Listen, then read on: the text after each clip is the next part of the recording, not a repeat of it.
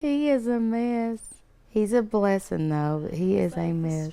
This is baby Anthony and his grandma Sheila Santiago. Anthony is 2 months old and was diagnosed with infant botulism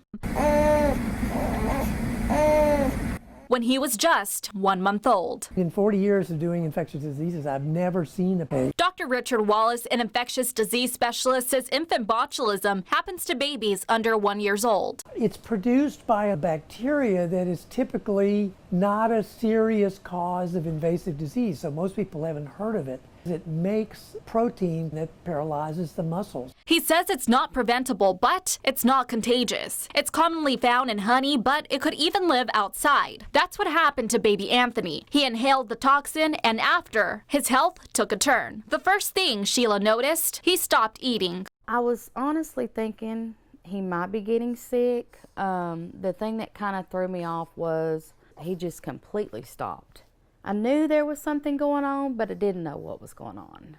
He stopped moving as much as he did before. He was congested and couldn't breathe. Then he became paralyzed. After weeks of not feeling better and negative test results from a couple of doctors, he was sent to the Children's Medical Center in Dallas, and that's where he got diagnosed. Symptoms include constipation, loss of appetite, droopy eyes, decrease of movement, hardness of breathing, and an unrecognizable cry. Whenever a child gets hurt, they let out a really high-pitched cry. It stops whenever you have botulism. It gets to the point it's just a one volume, one sound, constant cry. There's no high or low pitch anymore. Elizabeth Ackley's son, Charlie, had the illness, but luckily he was diagnosed within a week of becoming ill. Then he was able to fully recover in 6 weeks. If your child is exhibiting symptoms and you take them to the ER and you are not happy with what the doctor is saying and they release you and your child continues to get worse, take them back.